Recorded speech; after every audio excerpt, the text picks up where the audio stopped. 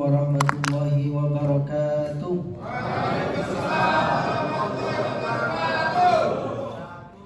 Alhamdulillahi haqqa hamdihi wassalatu wassalamu ala habibina wa syafi'ina wa dukhrina wa maulana Muhammadin sallallahu alaihi wasallam wa ala alihi wa sahbihi wa man tabi'ahum bi ihsanin ila yaumiddin.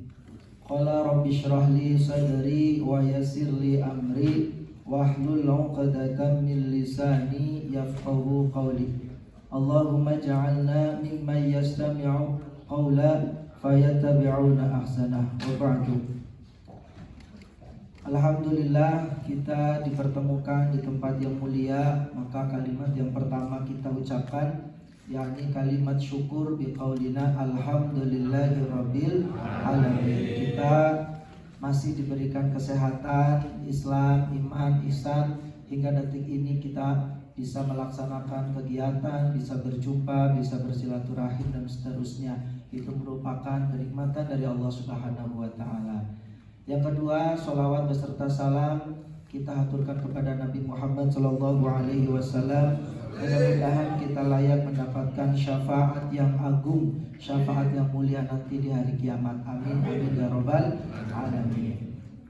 Yang saya muliakan, yang saya hormati orang tua kita, guru-guru kita semuanya. Di sini ada Ketua PCINU Jepang, Kiai Ahmad Ghazali, PhD. Semoga beliau selalu diberikan kesehatan walafiat, diberikan keistiqomahan, kekuatan dalam membimbing kita, dalam membersamai kita dalam berdakwah di negeri Sakura ini. Amin ya rabbal alamin. Semoga istrinya tetap satu.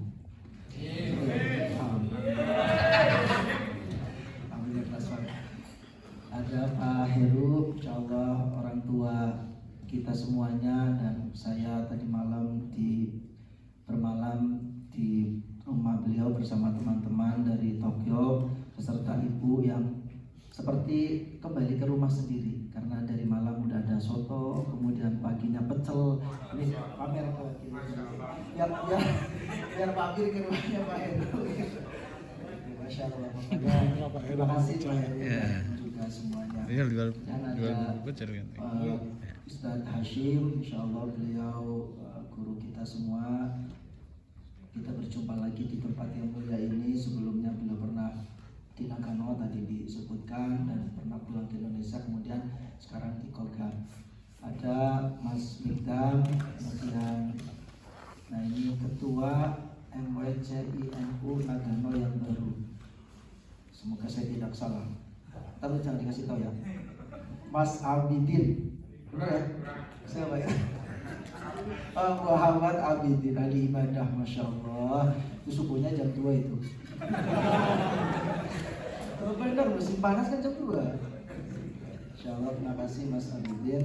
Juga teman-teman panitia yang tidak saya sebutkan satu persatu. Di sini ada tentu dari teman-teman panitia dari Nino, ada Pak Haris yang saya kenal, dan juga semuanya bapak-bapak sekalian, jamaah yang dimuliakan oleh Allah Subhanahu wa taala. Tak bisa saya sebutkan satu persatu, namun insya Allah tidak mengurangi rasa tadim kami semuanya. Dan tak lupa terima kasih kepada tim Hadroh Sholawat, apa namanya ini, Majelis Sholawat Asyakura, pakai SY ya, Asyakura, berapa kan ya, Asyakura, oh, alhamdulillah, Asyakura Minowa Nagano Japan. Mudah-mudahan teman-teman yang menabuh genderang hadroh, sebanyak tabuhan hadroh itulah pahalanya diberikan oleh Allah Subhanahu wa taala. Dan juga teman-teman sekalian yang berbahagia, pada kesempatan siang hari ini saya dipertemukan di kesempatan yang mulia ini. Alhamdulillahirabbil alamin. Tak panjang kalam karena saya senang sekali tadi MC di awal menyebutkan bahwa ini adalah kajian singkat, katanya Pak Heru. Singkat, saya senang sekali tadi. Baru kali ini MC menyebut kajian singkat, jadi saya alhamdulillah paling senang di semuanya. Itu kesenangan saya pertama. Kesenangan kedua yang kedua adalah kita insya Allah akan jauh dari kiamat. Insya Allah. Itu kabar dari orang dalam. Kenapa? Karena perempuannya sedikit. Laki-lakinya banyak. Kalau perempuannya banyak, seperti apa Pak? Benar nggak Ustaz? Alhamdulillah. Tapi insyaallah mudah-mudahan ini yang pertama tapi bukan yang terakhir. Pertama kali dan seterusnya akan ada acara-acara berikutnya di Nagano dan tempat-tempat yang lain insyaallah. Jamaah teman-teman yang dimuliakan oleh Allah Subhanahu wa taala, kita semuanya ingin pengen hidup nyaman ya. Ada yang nggak pengen hidup nyaman? Nggak ada pasti. Pengen hidup nyaman walaupun gajinya pas-pasan gitu. Ya, pengen hidup tenang, pengen ya. Walaupun mungkin masih punya banyak utang. Jadi itu paling keras kalau di pasar fikih jadi butuh. Semoga dilunaskan utangnya. Amin. Berarti yang aminnya keras tuh utangnya paling banyak biasanya. Utang puasa harus utang kurang 1 bulan lagi. Oke. Insya Allah semuanya kepengen hidup nyaman, hidup tenang, bahagia, dan kebahagiaan itulah yang sebenarnya kita cari. Dijanjikan oleh Allah Subhanahu wa taala, kita hidup di dunia ini ulaika ala hudam min rabbihim wa ulaika humul muflihun. Jadi tujuan kita itu tadi itu. Kita tetap dalam hidayah, yang kedua kita menjadi orang yang sukses. Tapi untuk mencapai sana kita itu tidak mudah. Ada banyak sekali rintangan, ada banyak sekali ujian, ada banyak sekali cobaan dan lain sebagainya. Nah sebenarnya ujian yang kita alami dimanapun kita berada, kita di Indonesia banyak ujiannya, sampai sini banyak ujiannya. Itu semuanya sudah dikasih tahu rumusnya oleh Allah Subhanahu wa taala. Teman-teman sebenarnya sudah hafal. Jadi Allah itu adalah Tuhan yang sangat baik banget pokoknya.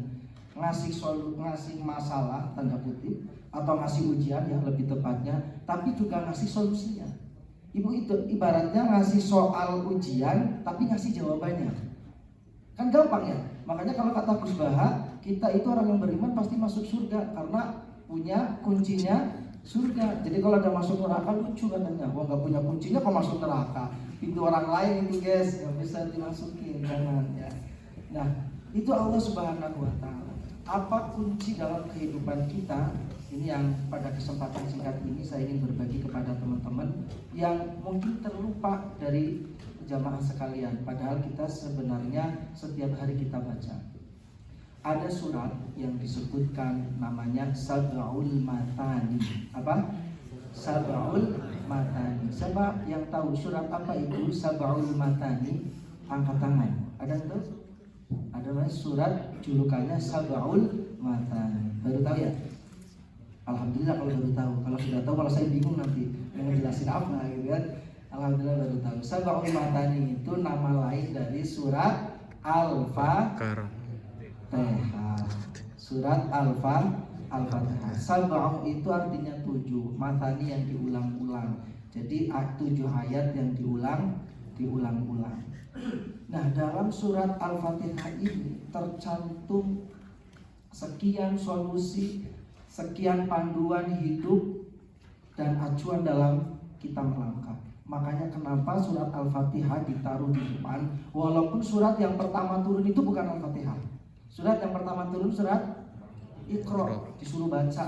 Tapi kenapa di dalam urutan surat Al-Quran yang ditaruh bukan Iqra, tapi surat Al-Fatihah? Itu ada rahasianya. Surat Al-Fatihah itu artinya adalah pembuka. Al-Fatihah artinya pembuka. Maka harapannya dengan Al-Fatihah yang ditaruh di depan itu, maka semuanya terbuka. Yang tadi rizkinya susah terbuka, yang banyak masalah terbuka, terselesaikan, gundah gulana terselesaikan. Apalagi yang generasi Z.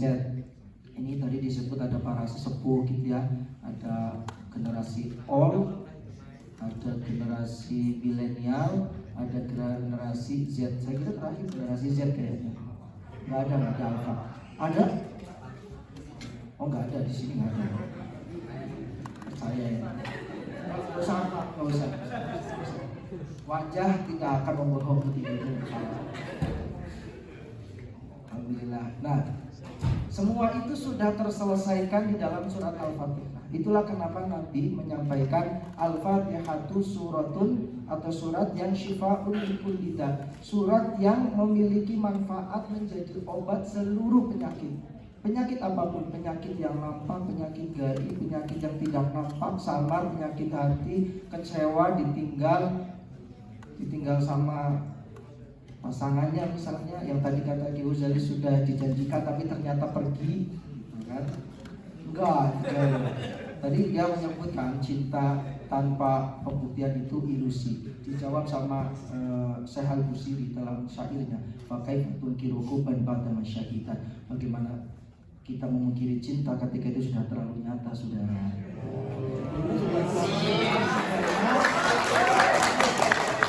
Masih dilakukan, kata dia, kalau nggak sholawat itu nggak cinta. Kita dalam hati ini perlu dibedah dari Nabi Muhammad SAW. Karena ada iman kepada. Cocok ya? Insyaallah. Masalli ala sayyidina Muhammad. Allahumma sholli alaihi. Sampai mana tadi ya? Sampai surat Al-Fatihah. Surat Al-Fatihah itu syifa'un likulli da, sebagai obat untuk seluruh penyakit apa saja. Kita lihat secara singkat. Pertama, surat Al-Fatihah ayat pertama apa? Bismillahirrahmanirrahim. Apa obat di sini? Nabi menyampaikan kullu amrin dzibalin la yubda'u fihi bi bismillahirrahmanirrahim fa huwa aqwa. Kalau mau ngapa-ngapain yang baik-baik, nggak harus ibadah, apa aja, main game, jalan-jalan, jogging, bercanda, kumpul, ngopi, nongkrong, semua awali dengan bismillah. Kawan-kawan, mari kita mungkin bersama bismillahirrahmanirrahim. Itu baru satu nagano. Ya, itu kata Nabi. Di Bali Nabi tidak menyebut kullu ibadatin, tidak, tapi kullu amrin di Bali. Nabi tidak mensabdakan setiap ibadah, enggak, atau kullu amalin solihin, enggak, atau kullu khairin, semua yang baik, enggak, tapi kullu amrin dibalin. Amrin itu artinya sesuatu, dibalin artinya yang punya nilai atau mengandung kebaikan, tentu dalam syariat, tidak menabrak syariat, kebaikan publik dan lain sebagainya. Maka sehingga apapun itu selama kebaikan ketika diawali dengan bismillah, maka kata Nabi kebalikannya dari tadi, kalau tidak diawali fahuwa aqta, kurang berkah. Kalau diawali dengan bismillah maka jadi berkah. Dan itu ternyata ada kaitannya. Bismillahirrahmanirrahim itu ada kata yang dibuang. Kata yang dibuang itu tergantung perbuatan apa yang kita mulai. Jadi kalau kita baca Quran, maka kata yang dibuang adalah iqra. Ya walad atau ya tulah. Iqra bi bismillahirrahmanirrahim. Bacalah dengan memulai bismillahirrahmanirrahim.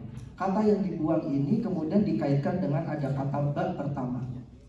Ba itu artinya kata huruf jar kalau dalam bahasa Arab itu yang memiliki hubungan atau ta'alluq. Nah, ketika kita melakukan sesuatu, apapun perbuatannya, dan dimulai dengan bismillah, maka kita akan selalu bertautan dengan Allah Subhanahu wa Ta'ala. Sehingga apapun langkah kita nanti akan dibimbing oleh Allah Subhanahu wa Ta'ala. Ini diam semua. Kenapa ini? Busuk. Yang pertama bismillahirrahmanirrahim. Saya agak cepetan. Yang kedua, setelah bismillahirrahmanirrahim, Al-Quran menyampaikan alhamdulillahirabbil alamin. Itu solusi luar biasa. Dalam hidup kita nggak usah butuh validasi, konfirmasi, dipuji, tergantung orang lain, nggak perlu. Kenapa? Allah ngajarin sejak awal alhamdulillahirabbil alamin. Segala puji bagi Allah. Kita melakukan berkarya apapun itu yang melihat Allah Subhanahu wa Ta'ala. Coba kalau kita sejak awal tahu lahir, tahu bahasa Arab tuh misalnya, ya Allah alhamdulillahirabbil alamin. Makanya kalau mau jadi kekasih Allah, awalilah dengan alhamdulillah. Orang itu yang sudah tingkatan yang paling tinggi, kena pujian yang terberat pun alhamdulillah. Sama seingat guru saya ngaji di Al-Hikam, di tempatnya Abah Hashim Muzadi, tapi bukan Abah Hashim yang ini, sama-sama namanya. Tapi beliau, saya ngaji di Abah Hashim Muzadi, ketua PBNU setelah Gus Dur. Beliau itu sampai hendak wafatnya, saya di samping beliau. beberapa saatnya. Adiknya Gus Dur. Yang diucapin itu bukan Jadi ngeluh, bukan, tapi alhamdulillah, alhamdulillah, alhamdulillah. Akhirnya kita nanya, waktu itu kita lagi ngaji kitab Al-Hikam, kiranya Ibnu Athaillah, kenapa abah kok ngucapin alhamdulillah padahal makan udah nggak bisa, udah pakai selang. Kata beliau, alhamdulillah sampai sekarang saya masih diberikan kesempatan bisa ngaji, bisa punya pesantren, para santri, saya bisa beribadah, saya bisa mungkin berdakwah. Jadi yang diingat itu adalah kebaikan-kebaikan Allah Subhanahu wa Ta'ala. Maka kuncinya dalam hidup ini rahasia ya, jangan ngomong-ngomong nih, rahasia.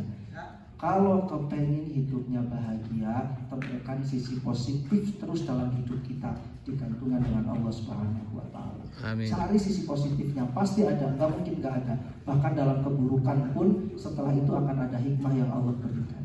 Dalam ujian pun akan ada hikmah yang Allah berikan. Alhamdulillahirabbil alamin. Anti galau tuh, kalau sudah alhamdulillah udah anti galau nggak mungkin. Jadi kalau kita masih galau, berarti dia nggak, alhamdulillahnya belum serius.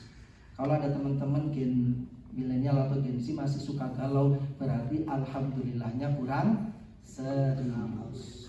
Tambah seriusnya lagi. Ditinggal, alhamdulillah cari yang lain. Alhamdulillah masih banyak. Alhamdulillah. Yang ketiga, bismillahirrahmanirrahim. Alhamdulillahirabbil alamin, arrahmanirrahim. Allah Maha Rahman, Allah Maha Rahim. Tapi apa implementasinya dari sifat Allah Ar-Rahman dan Ar-Rahim? Allah itu Maha Rahman yang tidak membedakan. Ar-Rahim itu Allah Maha Kasih Sayang atau Maha Sayang yang hanya untuk orang-orang yang beriman. Sejak awal Allah ngajarin kepada kita manusia yang bukan sendiri, kita manusia sosial yang butuh orang lain. Kenapa harus kita tidak menyayangi orang lain? Kita harus menyayangi orang lain, mengamalkan sifat Allah Subhanahu wa Ta'ala Ar-Rahman Ar-Rahim. Apalagi tadi disebut di awal, diingatkan oleh Al Ghazali, kita berada di negara minoritas sebagai muslim, maka kita harus menghormati tanpa pandang bulu. Allah sebagai Tuhan punya sifat Ar-Rahman. Yang orang Jepang kerja dikasih rezeki, dikasih kaya. Yang orang jelek wajahnya tetap aja dapat rezeki, dapat jabatan. Yang orang Jepang, Indonesia semuanya dapat itu karena sifat rahmannya Allah Subhanahu wa Ta'ala. Maka kita harus mengimplementasikan sifat itu. Kita harus menyayangi siapa. Itulah tanda keislaman dan keimanan seseorang. Bismillahirrahmanirrahim. Alhamdulillahirabbil alamin, arrahmanirrahim, maliki yaumiddin. Allah yang mengajahi hari kiamat. Apa pesan yang ingin saya sampaikan pada ayat ini? Kita punya dua kehidupan. Kehidupan pertama, kehidupan dunia. Kehidupan kedua, kehidupan akhirat. Maka jadikanlah hidup kita baik dua-duanya. Jangan sampai hanya satu. Orang Jepang atau orang non-muslim mungkin menilai ini adalah kehidupan satu-satunya, maka harus sempurna dalam hidup ini versi mereka. Kita harus seperti itu. Dua-duanya kita harus sempurna. Makanya doanya Rabbana atina fid dunya hasanah wa fil akhirati hasanah. Orang yang hanya sempurna akhiratnya, dunianya tidak diperhatikan, secara publik diberi. Orang yang hanya sibuk memperbaiki dunianya tapi tidak pernah ingat akhiratnya, maka apalah dia sebagai manusia yang tidak menyembah Allah Subhanahu wa Ta'ala dan seterusnya. Maka ini pesan penting, jadilah orang yang hebat, orang yang baik di dua kehidupan, yaitu hidup di dunia dan hidup di akhirat. Hidup di akhirat itu tergantung hidup kita di dunia. Kalau hidup kita di dunia baik, maka insya Allah hidup di akhirat baik. Coba, itu rumus dari Allah Subhanahu wa Ta'ala. Setelah Allah ngasih rumus itu, baik terkait hati, konsep, maka baru masuk iyyaka na'budu wa iyyaka nasta'in. Apa pesannya? Jangan lupa jadi manusia. Banyak orang sekarang manusia tapi lupa jadi kalau dirinya manusia yang harus menyembah Allah, yang harus butuh Allah. Kalau kita susah, maka yang pertama kali kita lakukan apa? Kalau kita punya masalah, kalau kita punya sesuatu yang hendak kita capai, apa yang pertama kita lakukan? Sholat. Allah udah ngajarin iyyaka na'budu wa iyyaka nasta'in, minta pertolongan dan ibadah. Apalagi sekarang kita berada pada bulan Rajab. Alhamdulillah kita berada di bulan yang sangat mulia. Maka di bulan Rajab inilah perintah tentang sholat itu diturunkan.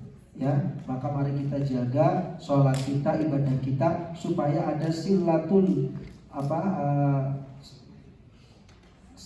ruh baina rabbi wal abdi, ada ikatan spiritual antara seorang hamba dengan Tuhannya, dengan Allah Subhanahu wa taala. Maka kita harus memanfaatkan momen yang mulia ini di bulan Rajab. Mudah-mudahan kita mendapatkan keberkahannya.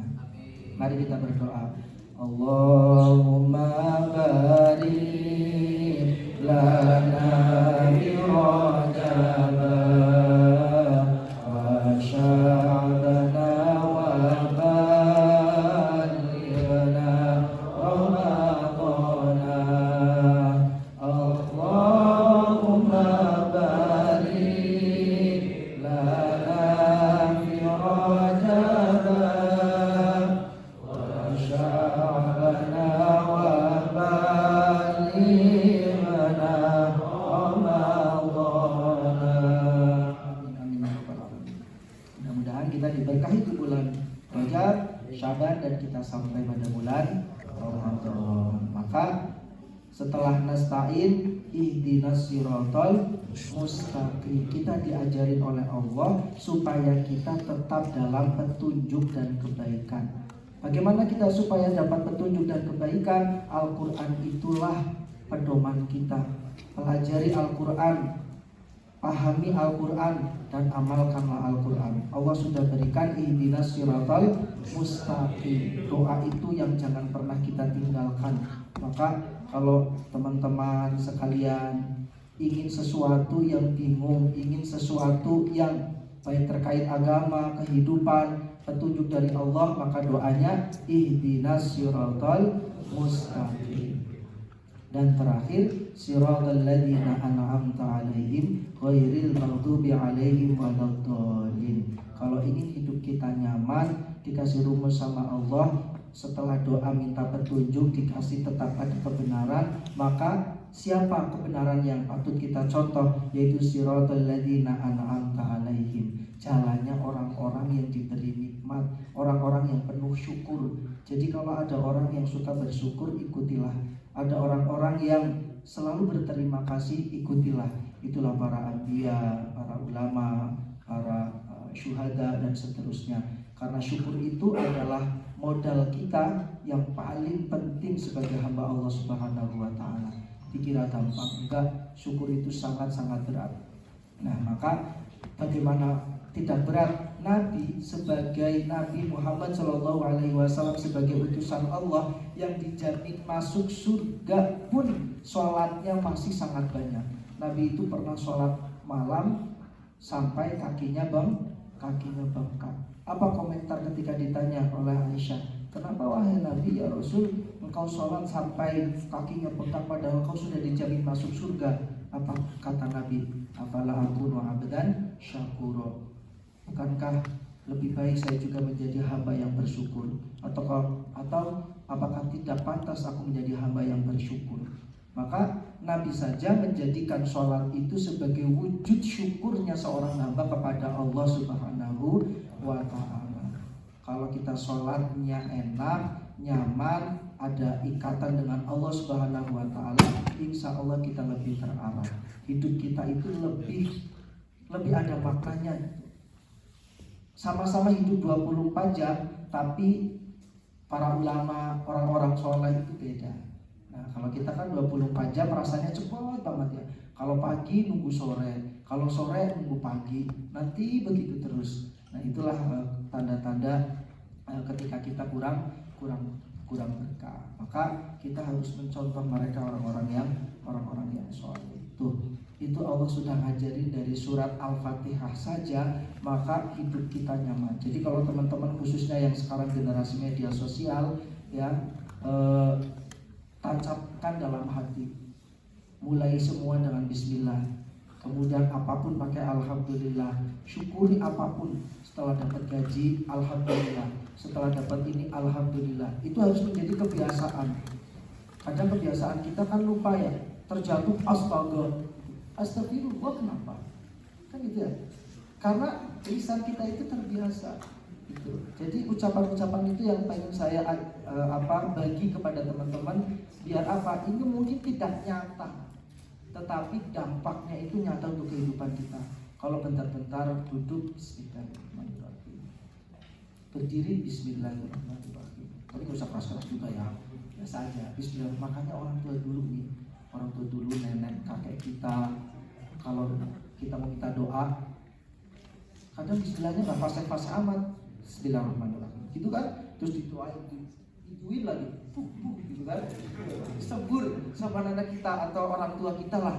Ya mohon maaf, mungkin fase kalian lah udah belajar Quran gitu, tapi ketika diminum diwasilati bismillah tadi itu, kita diberikan kesembuhan gitu kan, diberikan kemudahan. Itu apa? Karena keikhlasan mereka yang setiap langkahnya itu bismillahirrahmanirrahim. Itu yang kurang di zaman sekarang ini ya.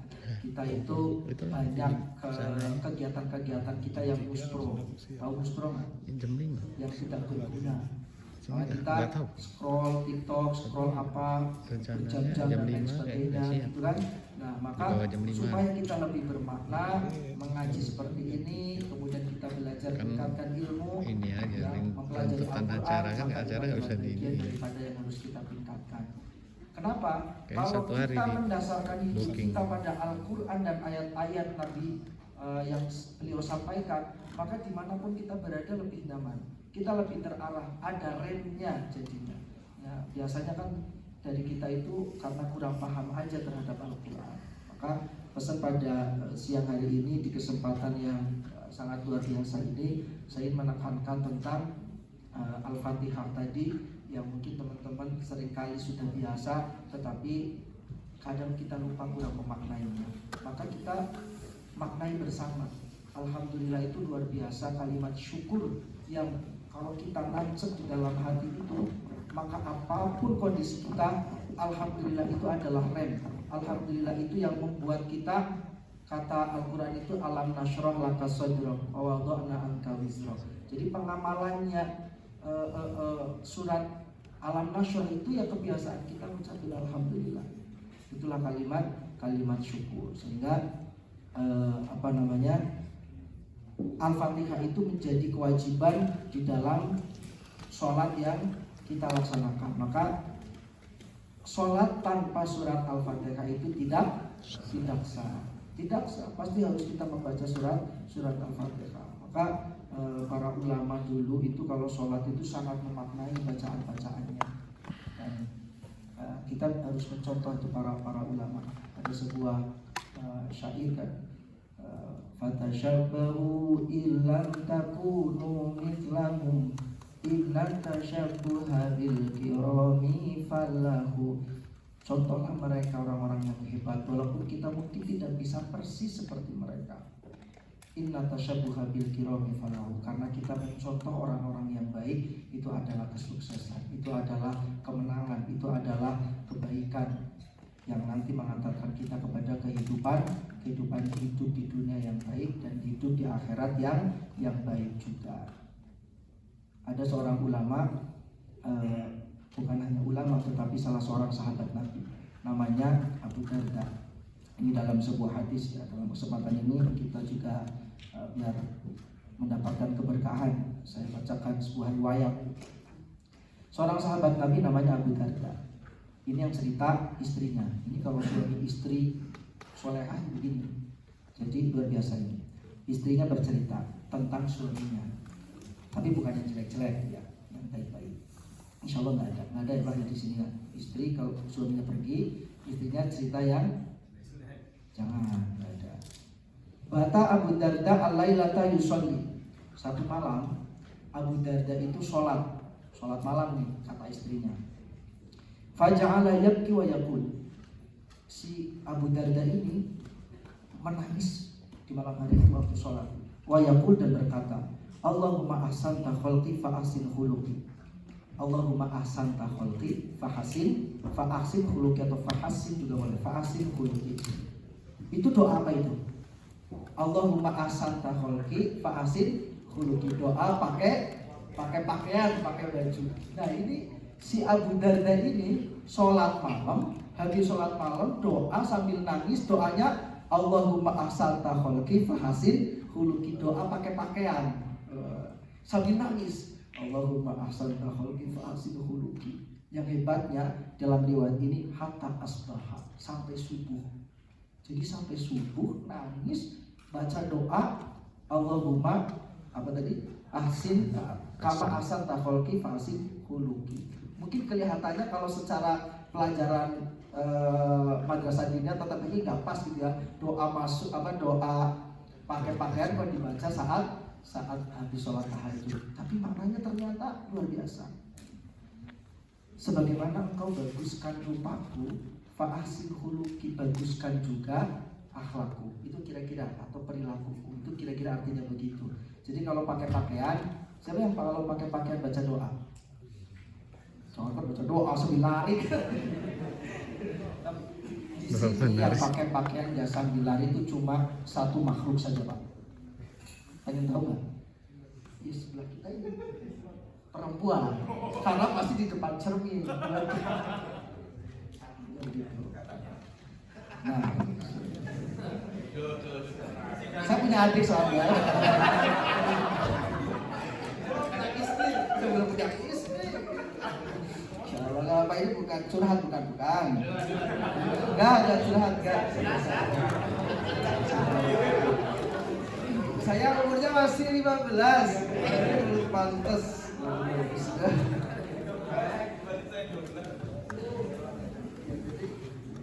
Kama ahsanta khalqi fa ahsin khuluqi, sebagaimana engkau baguskan rupaku, engkau ya Allah baguskanlah juga akhlakku. Sampai subuh. Fakultu, lalu si istri ini, istrinya Abu Darda bertanya, ya Abu Darda, makana doa kamu tu lailati illa fi husnil khuluq. Kok ya semalaman kamu doa supaya dibaguskan akhlaknya. Kenapa? Ya Abu Darda, kenapa? Ya Ummu Darda, wahai istriku, kira-kira begitu kan. Panggilan sayang ini dalam riwayat berusia Ummu Darda, anaknya. Innal 'abdal muslim yahsunu khuluquhu hatta yudkhilahu husnu khuluqihi. Orang Islam itu yang bisa memasukkan dia ke surga adalah akhlaknya yang baik. Kata riwayat. Wa yasu'u khuluquhu hatta yudkhilahu su'u khuluqihi annar. Dan orang Islam itu juga yang menjadikan dia kemudian masuk neraka adalah akhlaknya yang buruk ataupun yang jelek. Wa kaifa dzaka ya Abu Darda? Bagaimana hal itu? Qala yaqumu akhuhu minal lail fayatahajjad fayad'ullaha fayastajibu lahu wa yad'u li akhihi fayastajibu lahu. Inilah rahasianya orang Islam. Dalam Abu Darda menyampaikan akhlak yang bagus mengantarkan orang itu secara pribadi masuk surga. Akhlak yang buruk mengantarkan dia bisa saja masuk neraka. Walaupun ada iman di hatinya, setelah di neraka berapa puluh tahun ya akan masuk surga. Namun di akhir itu fayatahajjad fayad'ullaha fayastajibu lahu. Kalau orang tahajud kemudian doa, nanti Allah akan kabulkan doa untuknya. Wa yad'u li akhihi fayastajibu lahu. Dan ketika ada orang yang mendoakan orang lain di sepertiga malamnya, maka Allah juga akan mengabulkan doa itu. Jadi boleh jadi kesuksesan kita, keberuntungan kita dalam setiap langkah kita yang kita tidak pernah mengira, itu ada doa sahabat kita yang tidak pernah terucap ataupun terstatus di status WA dan story Instagram. Itu ada. Makanya mari kita mendoakan masing-masing. Mudah-mudahan dalam sepertiga malam kita, dalam tahajud kita juga tidak hanya doa untuk kita sendiri, tapi mendoakan orang lain. Gak ada ruginya kita mendoakan orang lain. Asli pakai suit, gak ada ruginya. Asli gak ada ruginya kita mendoakan orang lain. Dan itulah sejak dulu saya diajarkan oleh guru saya, ketika berdoa biasanya saya dari sekarang mendoakan orang lain dulu baru mendoakan saya. Jadi biasanya kalau di pesantren saya diajarin Ya Allah, semoga orang Islam kalau dalam bahasa Indonesia misalnya, semoga mereka sahabat-sahabat saya akhlaknya baik, ahli ibadah juga termasuk saya. Semoga teman-teman saya yang punya kesulitan dibebaskan, diselesaikan kesulitannya termasuk saya. Amin. Masalahnya itu teman-teman saya sebenarnya mau doa tentang jodoh, tapi saya juga belum ada, jadi bahaya nanti yang di belakang ini. Nanti doa jodoh ya bisa aja lah. Mudah-mudahan ini Kiai Ghazali sama rombongan kiranya mau pamit. Saya juga paling 5 menit lagi Kiai Ghazali. Oh iya. Ini dari kakak monggo.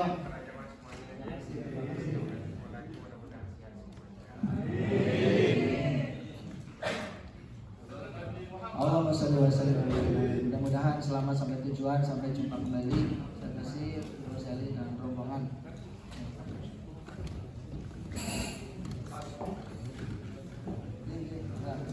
Siap. Hah? Lancar pengawalan.